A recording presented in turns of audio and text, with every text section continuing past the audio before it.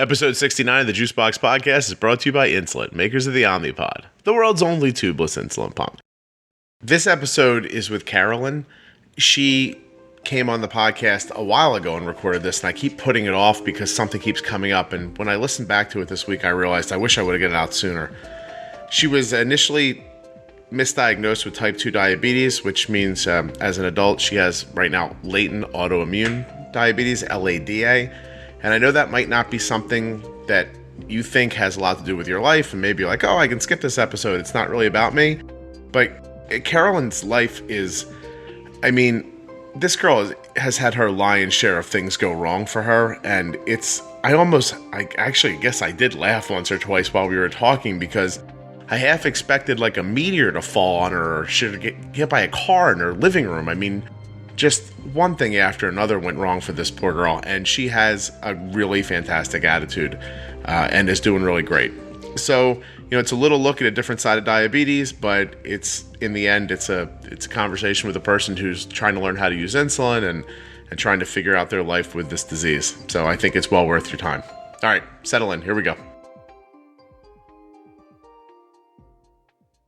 Okay, so I'm Karalyn, and I was diagnosed last July. As a kid, I'd kind of always been sickly. I got lots of strep throat, ear infections. Things got a little bit better when I was in high school and I was a lot more active. Got into college and started getting like skin type infections because I was around a bunch of people I didn't know. And then got married and some of that stuff started coming back, got more sick. And then eventually ended up getting these stomach pains that I had when I was in middle school. And that was a couple of years ago. And it got to the point where I just went to my primary physician. She was like, there isn't an organ on your left side that would be causing any of this. So she sent me to a GI specialist. He did a bunch of tests, couldn't find anything. And then eventually, come that July, I'd gotten another secondary infection after having either a skin infection or a sinus infection, can't really remember, and went to my urgent care facility. That's a part of my primaries network. And the nurse practitioner walked in because I thought I had a urinary tract infection and goes, "Did you eat anything really sweet or drink anything really sweet before you came in today?" And I was like, well, I've been sipping on a soda because I didn't feel well and I was having some abdominal pain. And she goes, well, there's glucose in your urine, and I want to go ahead and run a blood sugar check on you. I was at 250, and then they went ahead and checked my A1C, and so I found out a couple days later that I was at 6.3. Went back with my primary, and they thought I had type 2, so they started me on metformin. However, my dad's a type 1 diabetic, and when I went to the follow-up appointment with my parents, they took me.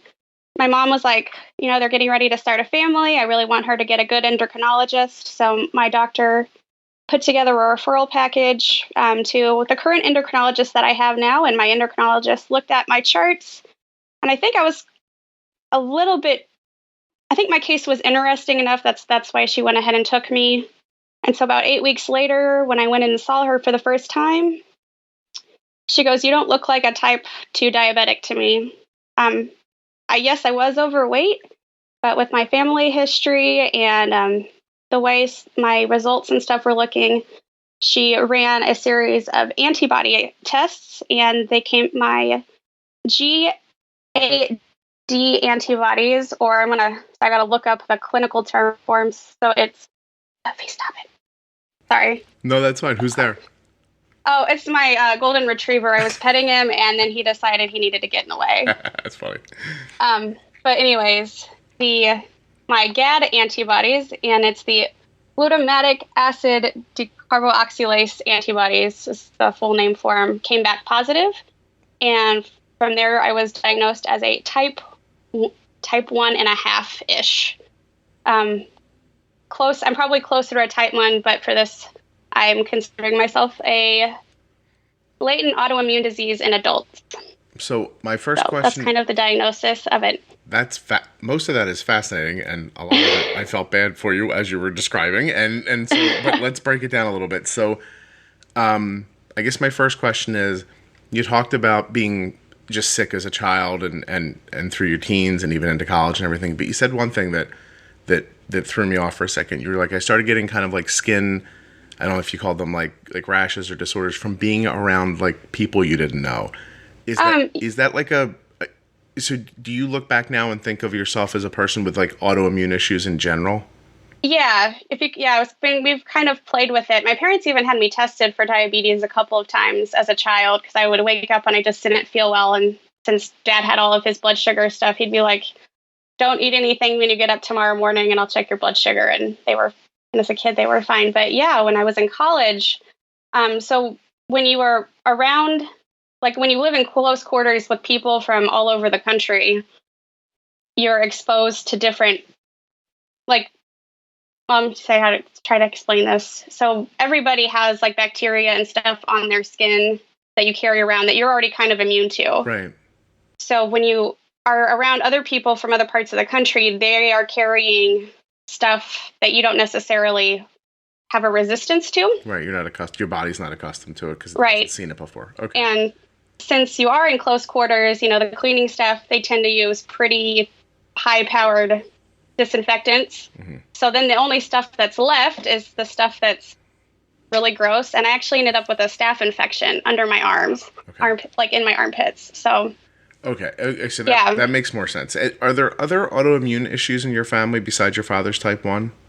So my mother's, so my maternal grandmother's brothers were type 1. My grandfather on my mom's side is type 2, and my sister has a low thyroid. So you almost had no chance. Almost.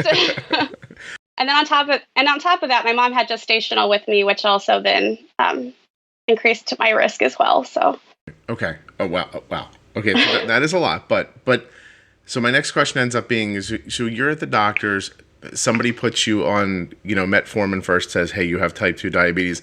I'm assuming that's a knee-jerk reaction to just your age and the fact that probably your A1C wasn't too high, your blood sugar wasn't too high when they caught it. What do you know what the factors were that caused the next endo to say, I don't think that you're a type 2 diabetic? So I was, at the time I was, probably about 25 pounds over. I was only about 25 pounds overweight. My father is type 1, and children of a type 1 diabetic male are actually more likely than if the mom is type 1 to end up with it. Oh, I'd never heard that before. Yeah. And then I think the other thing was they also ran C-peptides on my initial diagnosis, and I haven't quite figured out what the relationship is, but people with type 2 have high C-peptides in their blood. And this was something you didn't have? Oh, go ahead. And you didn't have that when they ran the test? Right. Okay. And so she thinks maybe this is the issue, and you get moved on to insulin off of the metformin? So that's the other part of type 1.5, or LADA that I've got is my blood sugars were actually really well controlled on the metformin for when I first started. And so I was just taking 500 milligrams, and they were, I went and saw her CDE attached to her office, and they were going to start me on just small doses as I needed it. But I'm like, I'm getting ready to run a half marathon. And they're like, oh. So they kind of backed off, and for about the first 6.5 months, I wasn't on any insulin at all, and the metformin and diet and exercise were really what kept it under control. And that did work. Your blood sugar stayed kind of where you wanted it to. Yeah. So I think 3 months or so after the initial diagnosis, I had gone down to 5.9. And then the last few appointments, they've gone back up, and my last one was 6.6, and I wasn't too happy about that. So what got them to move you from the metformin to see? You know what it's to the insulin? Yeah, but at the same, before you answer that, it's interesting. Like and I don't know, I hear everybody says it differently. Like, what do you say? Is it LADA? Do you call it LADA? You know what? It's because my case is so. There's a lot of stuff going on with it. I just tell people I'm a type 1. Yeah, because you're describing it sounds like a science experiment almost on the doctor's side. You know, they're almost like, hey, you're type 2. Well, no, you're not. You're type 1. But we can stay with but you're type 1.5. So we'll stay with we can stay with metformin. No, we can't stay with metformin. Like, it feels like they're just throwing things at the wall to see what'll stick while you're waiting to find out what's going on. Yeah, so I check my blood sugar quite a bit, and as my disease has progressed, I have called my CDE and been like, hey, you know, I'm waking up with blood sugars that are in the 140s. So then, or when I started my insulin, I was like, I'm 150 after lunch and it's not coming down with like just going for a walk or anything. So, okay. So, yeah. So geez, it is really confusing. Are you confused by it? Oh, I was, but because I've been living with it for over a year now, and as the disease keeps progressing, I've learned just to figure, you know, if I'm high or something's not changing for more than a week, then or something looks like it's out of control for more than a week, I call the CDE, and then we start playing with numbers again. And when you say like out of control, you're talking about like blood sugars where?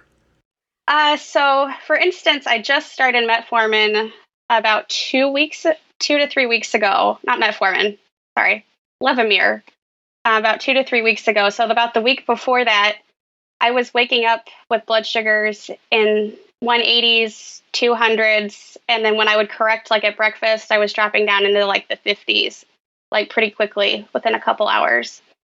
And then they would go back up after eating lunch. And then so it was kind of this roller coaster all day of really high blood sugars to really low blood sugars. So after about a week of that, I called and they started me on Levemir.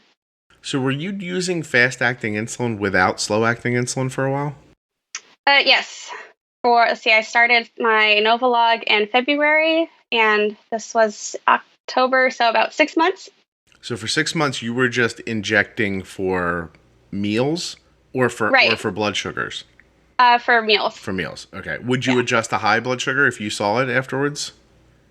With more? Well, because of your podcast, there were a few times that I was able to, I started doing that. But because I take such little insulin, like a half a unit, like really sends me one way or the other, can really send me down pretty quickly. Wow. Okay. So initially what they were saying was they were giving you some sort of a scale. Were you counting carbs?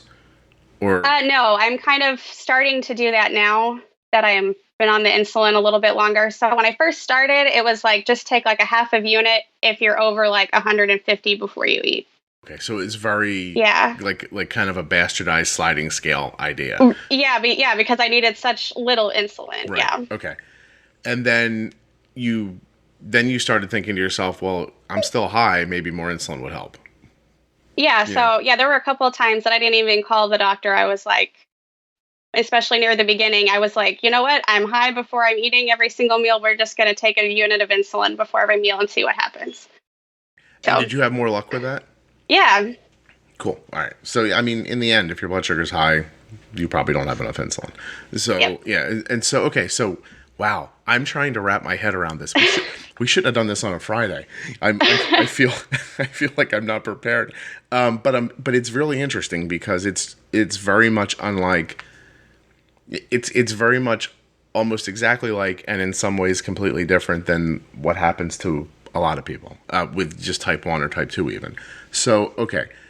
All right. So you are now you're on slow acting. You have a slow acting insulin going and you're using a fast acting insulin at meals and to try to affect high blood sugars. Yep. Is that working better for you now? Yes. It is. Okay. Yes. Do you ever have moments where you just don't need insulin? Does that ever happen? Yes. So I am still like doing half and full marathons. And so my sister and I went out on a 16-mile training run. Although we don't run like a full 16 miles, we take the Jeff Galloway run walk method. And so that was in the evening. I came home. I had dinner kind of late. I took a unit of insulin with my dinner because of what I knew I was having. And then I was pretty tired and I was just ready to go to bed. So I didn't even bother to take my Levemir. I was like, I'll just turn my Dexcom down to like 130. So if it goes over 130, it'll wake me up and let me know, and then I'll take my Levemir in the middle of the night if I have to. So you're very much reacting to what's happening with the diabetes right now. Like you're not on the offensive side really. It's more like let's wait and see what happens, and I'll take this if I need it, and if I don't need it, I'm going to get low. How low is low? I mean, I have dropped into the 40s. I think I stacked my like when I was this summer I stacked my insulin because I didn't know that's what I had done, but I woke up in the middle of the night sweating and I was at 38. So that's pretty low. Yeah. So yeah, I just heard you say Dexcom. So you started a CGM recently, is that right? Yes. So yeah, when when you and I emailed back and forth the first time, that was my first Dexcom change. So I had only been on the Dexcom for about a week. Oh, so you're still very new to it. Yeah. So yeah, I just finished up my first box of sensors, and we'll start the next box on Tuesday. And how's it been helping you, or has it been helping you so far? Oh, it's been great. Because, well, like I said, I've had the issue where I ran a long time and I was like, I don't know what's going to happen overnight. So I ended up getting low in the middle of the night. So it woke me up and I was able to go get a snack. But even a couple nights ago, I was running a little bit lower in the middle of the night, and I was ready to go to bed, but I didn't want to eat anything to try to bring it back up. I was like, let's just see where it is, because I'd already had a snack earlier. So I set the Dexcom a little bit lower, woke up in the middle of the night, took my long-acting insulin, reset it to where I would normally keep it, and it beeped me again. So then I just took another shot of insulin to get it back down so I would wake up where I wanted to wake up. And so, wow. Okay, so geez, that sounds like, just so everyone knows, what's the dog's name again? The one that is crying is Duffy. That's delightful. Usually, right before I called you, Basil was about 20 feet to my right, cleaning his paws so loudly that I thought I was going to have to contact you and say, I think we need, I'm going to have to wait 5 minutes to call you until he's finished grooming himself. But he thankfully got done right in the middle. Okay, so, wow, I really am, for the first time as I'm talking to somebody, you just gave me a lot of information, and none of it really makes complete sense to me. And welcome to the world of type 1.5. Yeah, no kidding. It's just insane. So all right, so your best understanding, and you haven't been with it very long, but what do they tell you that 1.5 means? I mean, why are you just not type 1? Why are you just not type 2? So the best to my understanding of what I've been able to find online, because I prepped for your podcast because I wanted to make sure I could answer this question. You know what? I have to be honest with you. I don't really prep that much. You probably shouldn't put that much effort into it. But go ahead. Thank you. But basically, the biggest difference is the onset of the attack on the beta cells. So the way I've been thinking about it to kind of prepare people for my answer is so people could maybe understand it. Like, think of being in a war, and then for a regular type 1 diabetic, like for someone like Arden, the attack was kind of like an all-out assault, and just it happened really quickly. Mm-hmm. For me, it's kind of like being tortured to death. The cells are I still have cells that are functioning, so I can keep myself pretty much in overnight, and in the morning, my blood sugars don't really move a whole lot unless I have food in my system. But and if I'm sitting around not doing a whole lot, they don't really move a whole bunch. Because I still have beta cells that are still functioning. And sometimes even when I can eat, I can see on my Dexcom that my blood sugars are still going down because I'm still producing a little bit of insulin. So they're just slowly, my immune system is killing off the beta cells, or the beta cells are not functioning. So what the insulin is doing for me right now, it's giving the beta cells that are still functioning a break. It's kind of to help relieve them and to relax them so they're not going to die off as fast. But the expectation is that at some point you'll be insulin. You'll be fully insulin dependent. Okay. Yeah. But there's no indication from doctors about the length of time that is. No. So some of the research I was doing says, people will be insulin dependent within a few months, kind of like me. I was on insulin starting in, about 6.5 months, 7 months in. And some people, um, they're diagnosed as type 2 and they're still on metformin for years before they actually get the right diagnosis. So I'm going to ask you what might be a difficult question then. Do you have a preference?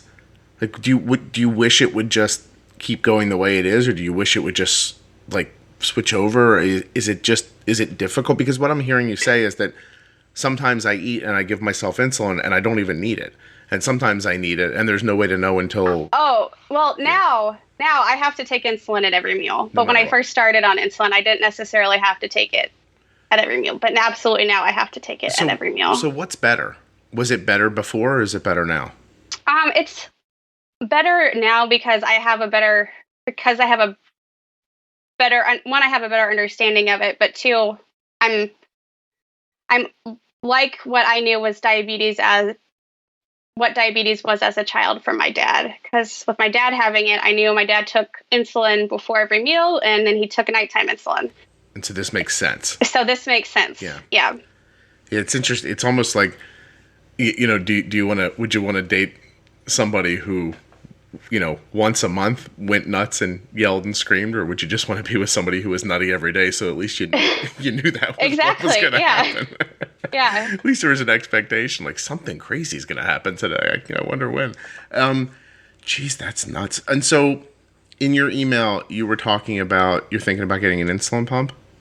Yeah, it's I've been looking into it, and I was really excited to hear your insulin interview the other day. That was awesome, because a lot of the questions and issues I was having with the Dex with the Omnipod, and she actually answered that, like, we're working on it.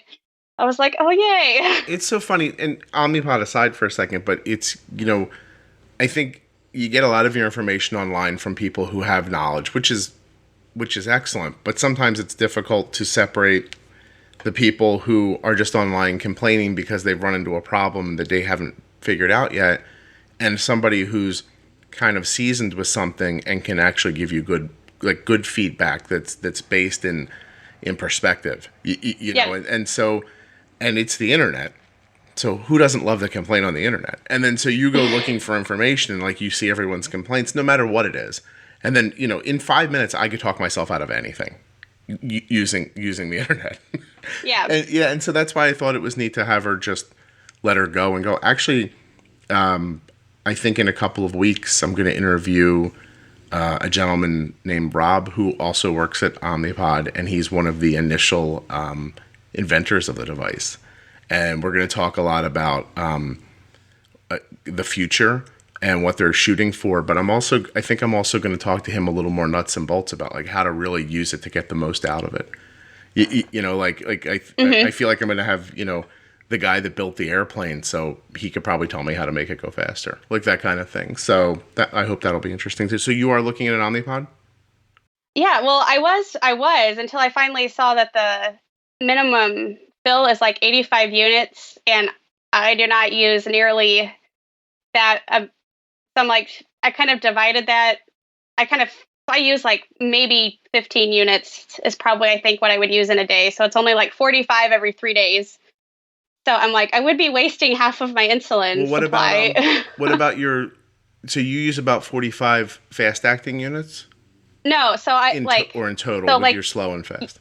Yeah, so on a typical day, I would take about 6 units of fast-acting insulin, and then I take 2 units of long-acting insulin at nighttime.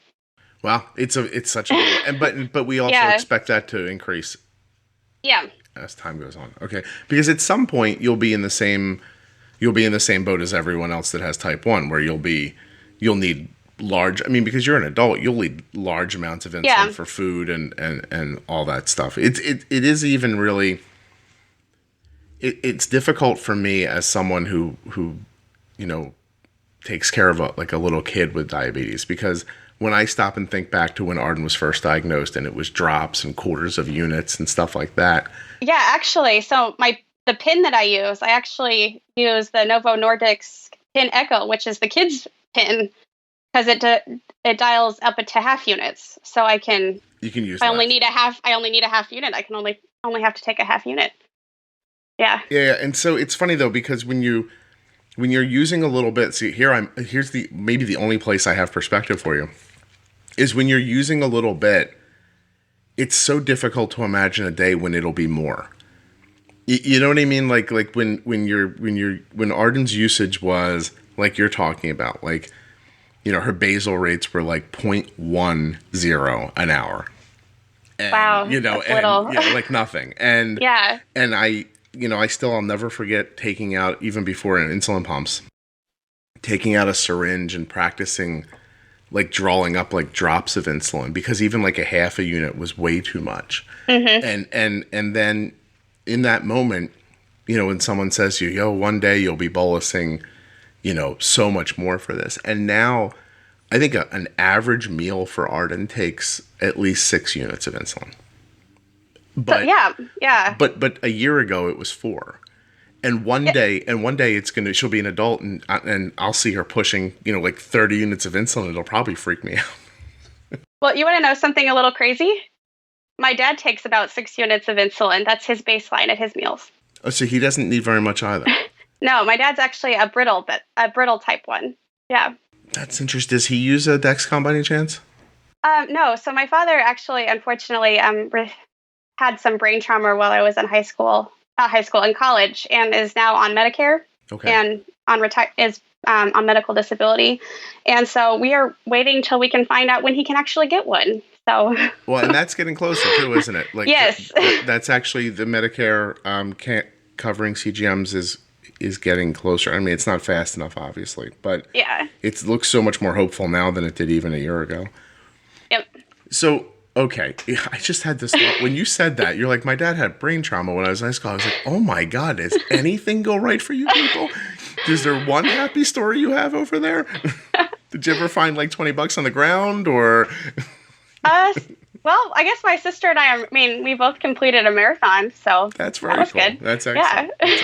And you live in Kansas City, so the barbecue is great. And yes, well, most people like the barbecue. I don't really like the barbecue, but that's because they put sauce on it. If they would just give me the meat just by itself, I would be perfectly happy. Karalyn, you just ruined it. You had KC barbecue going for you, then you told me you didn't like it. Well, it's the best barbecue in the country. I'm not gonna lie, but I just don't want the sauce on it. All right. Listen, I can't argue with it. I'm just saying I was looking for a silver lining for you. Hey, the Royals won. My team won. You know the what? World Series. It was exciting. There you go. I'm giving you that. You that was very exciting. Jesus God, that's terrible. And the dog that was crying, yes, he was named after the pitcher. Was he? Yes. That's nice. They were so good. I'm sure most people listen to this don't care about baseball, but man, the Royals were really good the last couple of years. Yes. It's been awesome. Yeah, I can't imagine, because I live in around Philadelphia, and I'm a Philadelphia fan. I can't even imagine what the happiness you're talking about feels like, but it looks amazing when you watch it on television. There's that team is full of giant boys that are like men.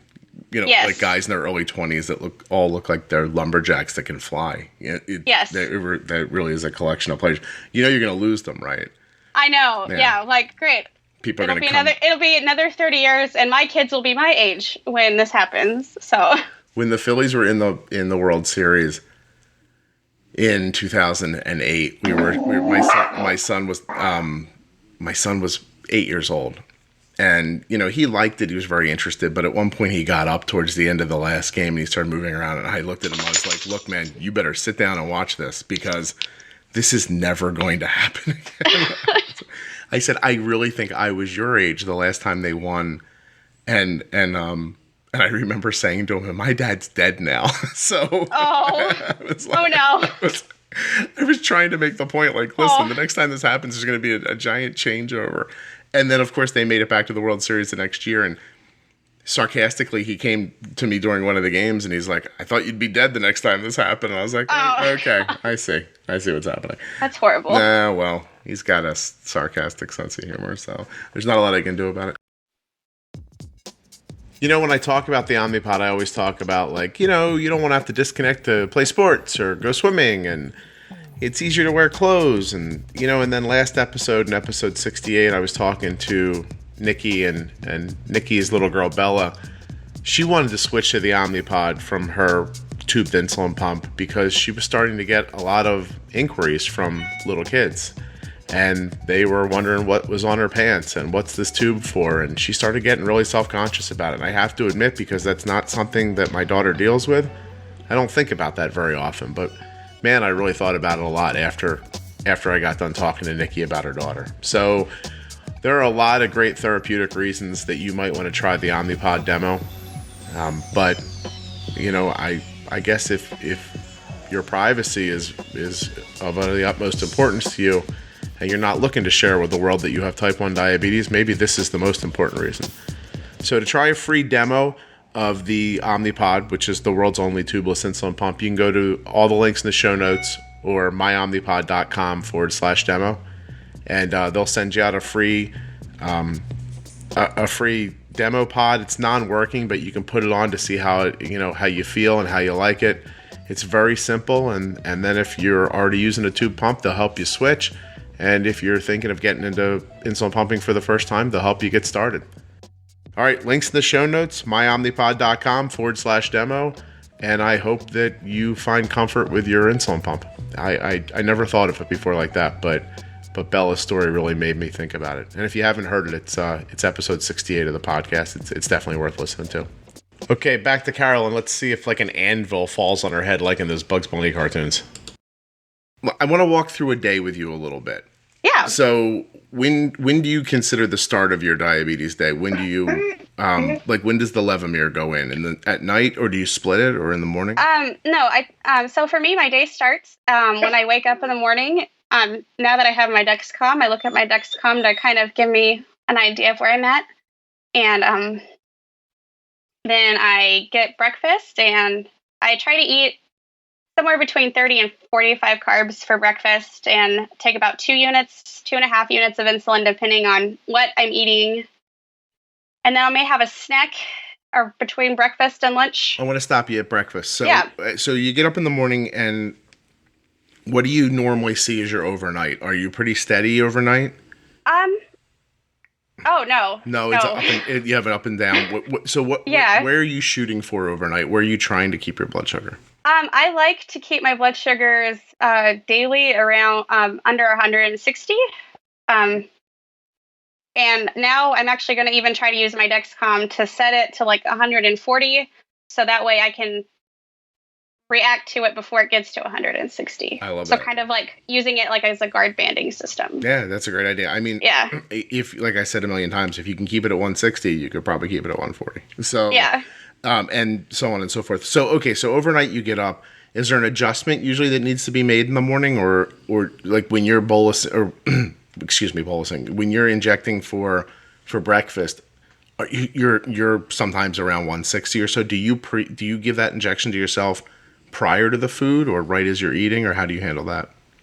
So usually by the time I've waken up, I'm usually like in the in the 90s, 120s. But I have before, like I woke up one morning and I was, I think I'd forgotten to take my Levemir the night before, and I woke up and I was 160, and I went ahead and gave myself a half a unit of insulin and got ready and didn't bother to eat breakfast until I got to work. And by then I was down where I could actually eat breakfast. Okay. So. And do you inject before the food, or yes? How far before? So I was doing it like 10 to 15 minutes before, but I started noticing on the Dexcom that my blood sugars actually weren't coming up as quickly as they were kind of just I would get low and they would just kind of stay there, and then I would end up spiking a little bit more. So I actually started taking it a little closer to my meals. Mm-hmm. Like usually like right before I eat.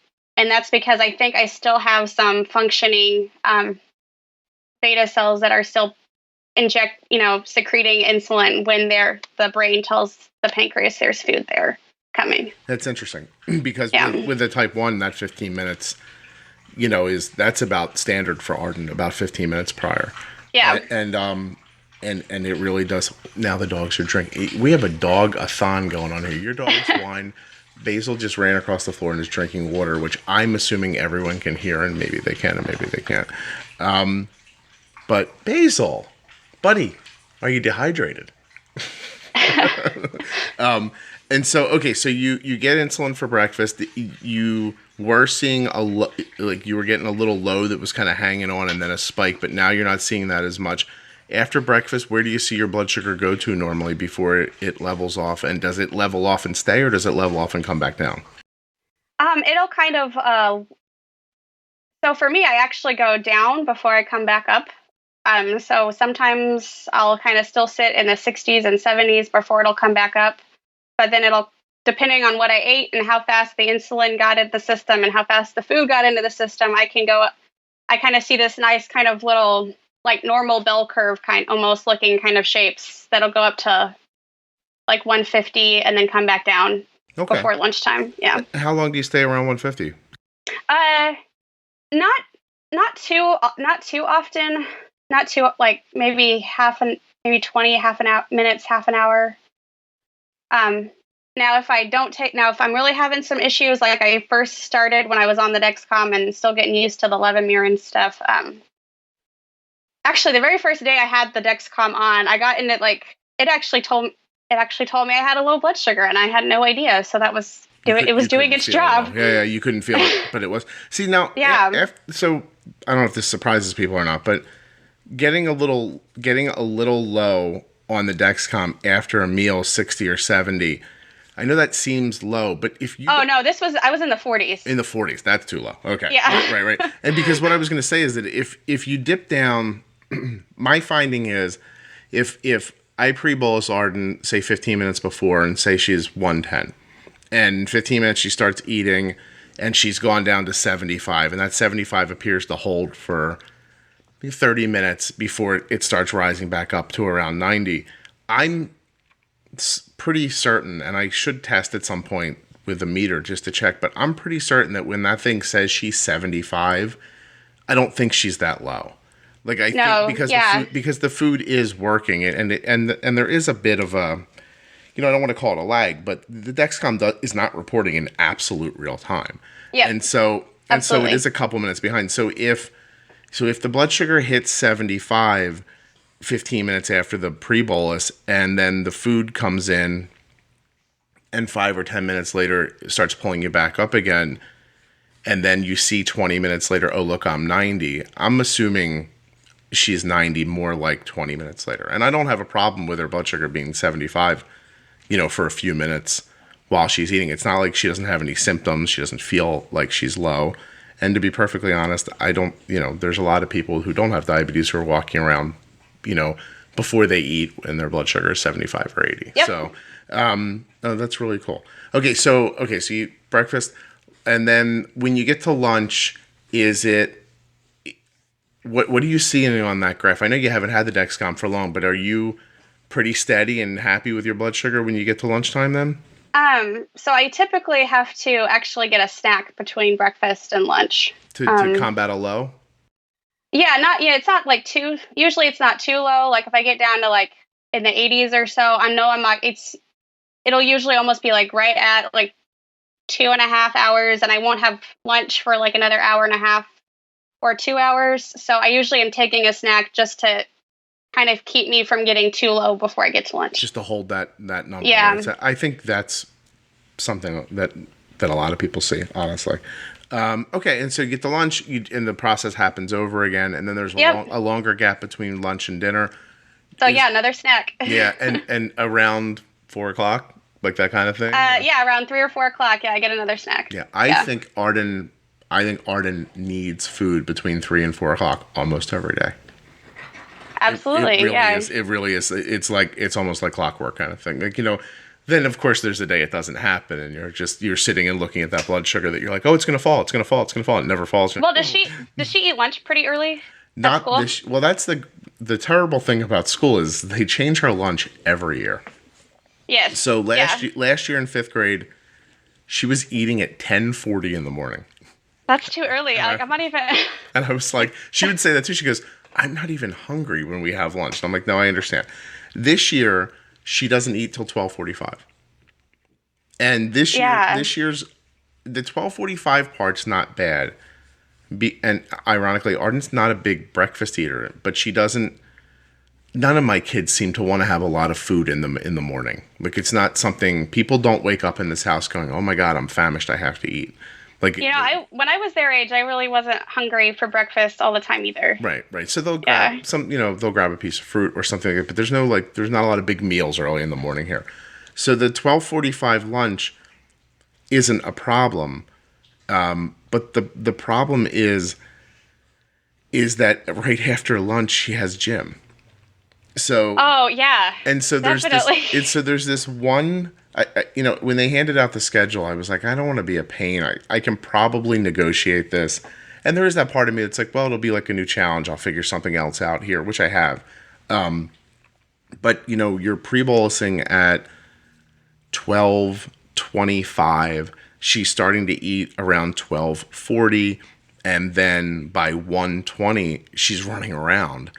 And so there's a real onus to be right about the insulin for lunch because the other thing is that for about 20 minutes during gym, there's a gap in her CGM coverage where I can't see her blood sugar anymore. Oh goodness. And so it's literally right at the worst time of the day it could possibly happen. But I've learned to deal with it. And it has been okay. But then she'll get home from school around 4 and she's either going to fall in the next 15 minutes or she's not, and you never know which is going to be.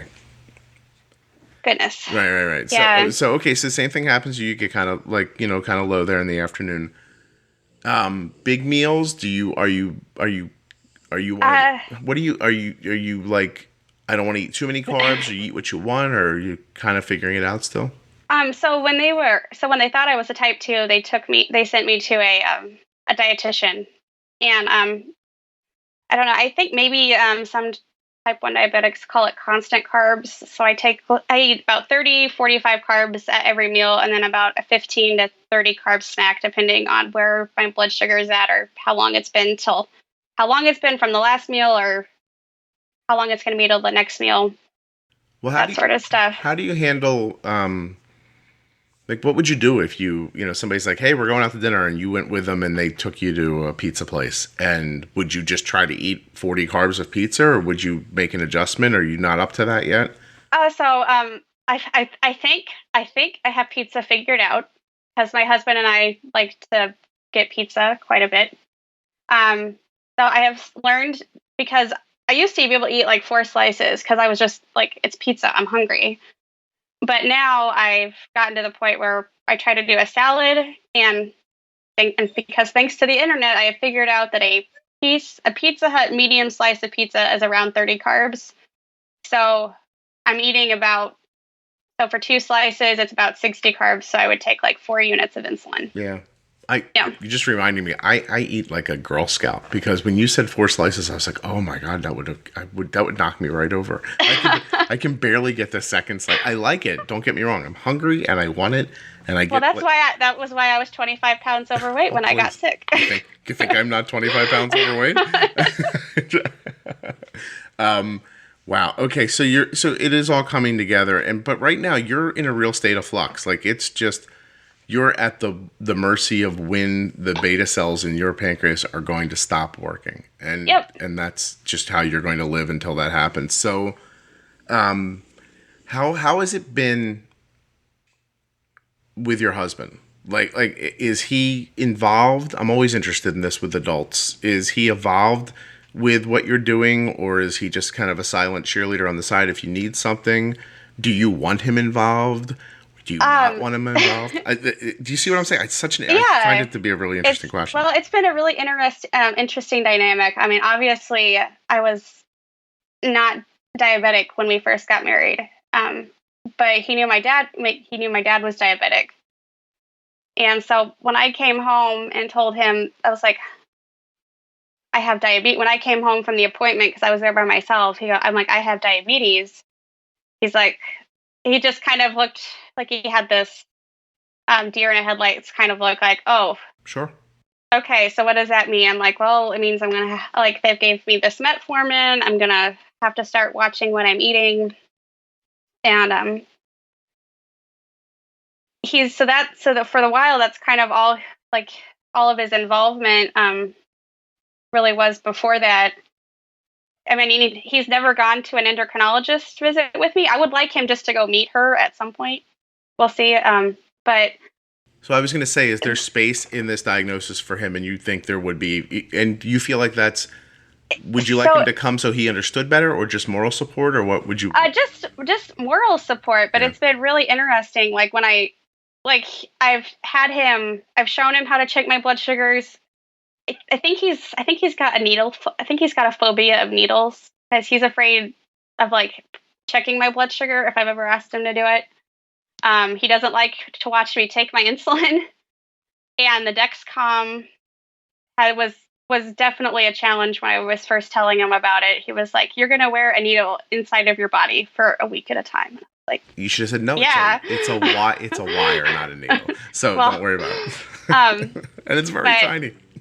But that's from the hardware perspective, he's been really kind of freaked out about it. But it was really funny. Just I think just a few nights ago, we went out for a walk after I'd had a high blood sugar, and just to kind of help bring it down faster because I was getting close to bedtime. And I showed him. I was like, "Look, it went out.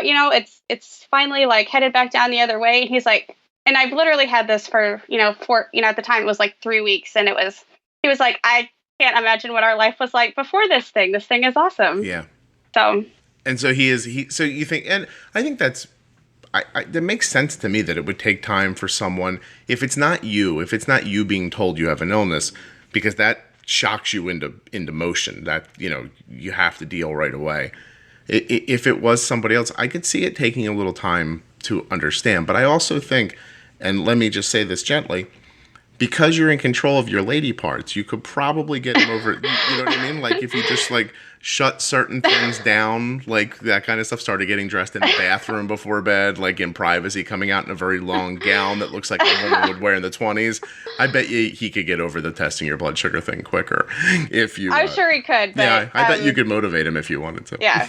But I think also, again, because my dad had diabetes, and I mean, I remember being a little kid and sitting on his lap, be like, "Dad, could I check your blood sugar?" And I would help, and like he'd actually let me like plunge the insulin into his arm or whatever. And so I think just because I grew up with a family history, that I have a better understanding and management of it, that he just doesn't even I don't think he thinks about it as much. Yeah, absolutely. Yeah, I mean, I can remember being.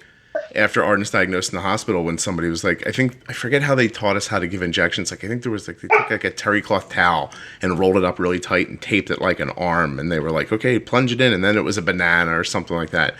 And there is a surreal feeling while you're doing it. Like you've got this needle in your hand. And you're like, what am I doing? Yeah. like 2 days ago, like, what am I doing? It does feel very different. But I also think it's one of those things that if you start doing it, it very quickly becomes more normal. I mean, I think if he checked your blood sugar a few times, whatever phobia he had would probably go away. I think if you told him, look, dude, I could pass out, and you're going to need to do this. Like, like if that happens, then, what are you going to do? You're going to look at me and go, wow, I wish I would have paid closer attention when she was trying to tell me about this. Yeah. Well, he had like, so actually at Thanksgiving, I actually had a low blood sugar before bedtime, and I just, I have the follow app set up on his phone, and I was like, hey, if I start getting, if it starts beeping at you, wake me up and make sure I'm at least coherent. But if it starts getting too low, like actually like get me up out of bed and make sure that I go get something to eat. Do you think that that's, because I think this is something we all wonder about, anybody who's using insulin and has people in their lives who don't use it or aren't really closely attached to it, not just spouses and things, but do you think that there's a disconnect between the idea of, like, if I get low, like, do you think that sounds kind of like not nearly what it really is? Like, do you know what I mean? Like, do you think if you said to him, hey, if I get to the point where there's not going to be enough sugar in my brain to keep me alive. Would you please let me know? Do you think do you think he would go, oh wow, that seems more serious?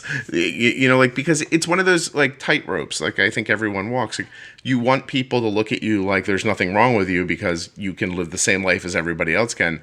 But at the same time, that is the real honesty of it. You know, if I have too much insulin and it takes too much sugar out of my blood, that sugar is the energy that keeps my brain going. And my brain could just like shut off like a light switch. Yeah, he does. I mean, he did take it pretty seriously. Like, Right. It's kind of sad around 65 or 70. He's like, you're at 65. Are you still awake? And I think one time I felt his hand like in front of my face, like checking my breath because I was so tired I wasn't moving. Well, if you ever wake up and see someone who looks like you, don't be scared. That's a mirror he's holding in front of your face. Well, it really does sound like to me like he's figuring it out, and you are too. Yeah. You know. Yep. It is really interesting to talk to you this early in the process. Like, you know, it's easy to talk to somebody who's like, oh, I just do this, it all works out for me. But to hear how this started and how you get sent down and which I think is very common for people who have lotto, you know, which is that they start off telling them they have type 1 or they have type 2, and then it kind of comes back to this space. And you just really, for the lack of a better term, you're getting jerked around by your body and by a doctor. And then, you know, all of a sudden there's an answer, but the answer is so inspecific and constantly moving and fluid. I don't know. How are you? I guess my last question, because we are coming up on an hour, but I really want to know, how are you handling it, like, personally, like psychologically? Are you okay? Or are there days where you're just like, what the heck? So I think I'm actually handling it better now than I did at the beginning, because someone actually kind of explained how I found out about the CGM first. I actually so my husband and I we were wanting to start a family. Mm-hmm. And so I found like one book on diabetes, you know, for women that was about if you have diabetes and you want to get, you're thinking about getting pregnant, here, read this book. It was like the one book that I could find. And in it kept referencing the Diabetic Athlete's Handbook, written by Sherry Kohlberg. And I was training for a half marathon because when I got sick, I was like, you know what? Activity is really good for blood sugars. And I wasn't on insulin. So I was like, hey, we'll start training for a half marathon. So I found this book, and that's where I found out about the CGM. I was like, that would be awesome. I'm like, because I only see my blood sugar like after I've ate some food. Because when I first was on the metformin, they were having me check my blood sugars after, just to kind of see what different foods were doing to my body. But I was like, this would be awesome. I'm not on any insulin, so I could catch the lows faster. Or if I'm, high in the middle of the day and at work where I can't really do a whole lot, I can at least get up and walk around if it starts getting to where I don't like it. Stop guessing what your blood sugar is. Yeah. So like I went into the endocrinologist and asked about it. She's like, well, you're not having enough lows, and I don't think you would qualify for one. And I was like, really? And that was at the beginning. So it was really difficult just checking my blood sugar when I wasn't, when I was just on the metformin and trying to figure out, okay, I'm 80 now, but what's this going to be like after I eat? Or, was I sitting at 60 for like 2 hours and it's just now coming back up? It's interesting, isn't it, that they don't want to give you a Dexcom in some insurances to keep yourself healthy, but they'll give you one to stop you from dying. Isn't that the same thing?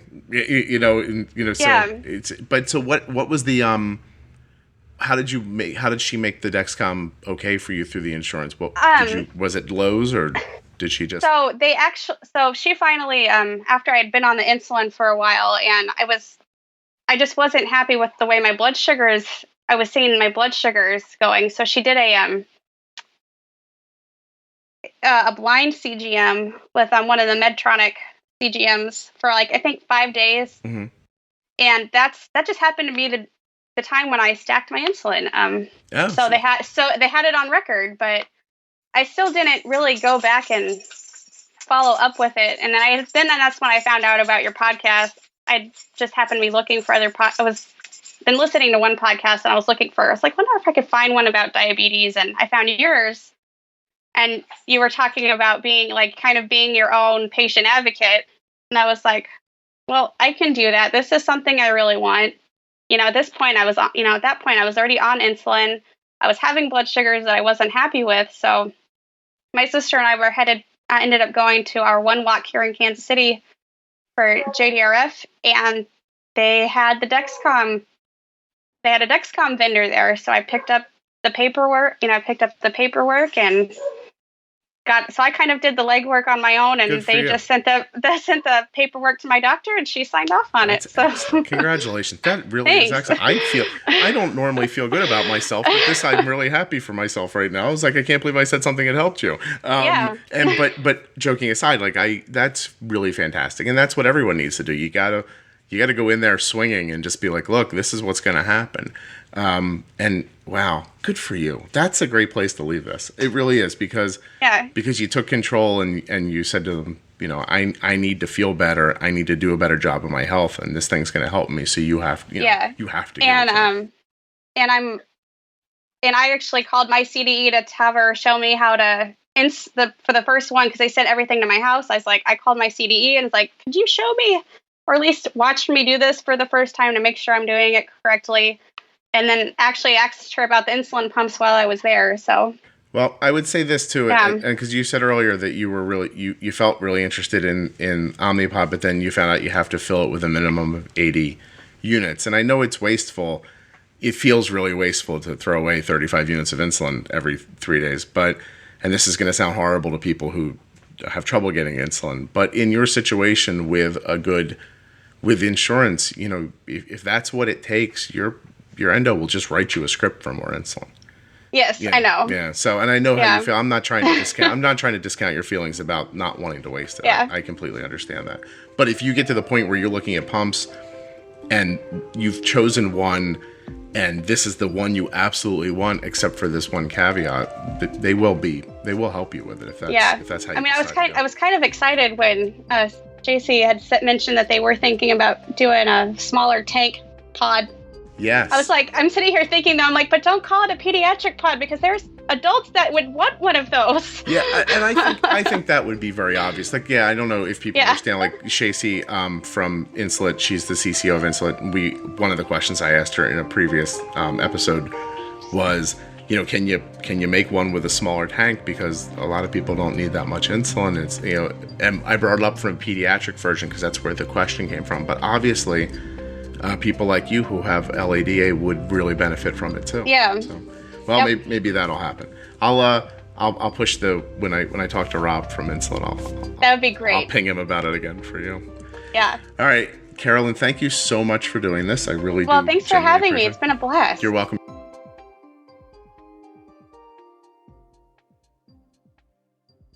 Hope you enjoyed this episode of the Juicebox Podcast. Please find me online on Twitter or Facebook.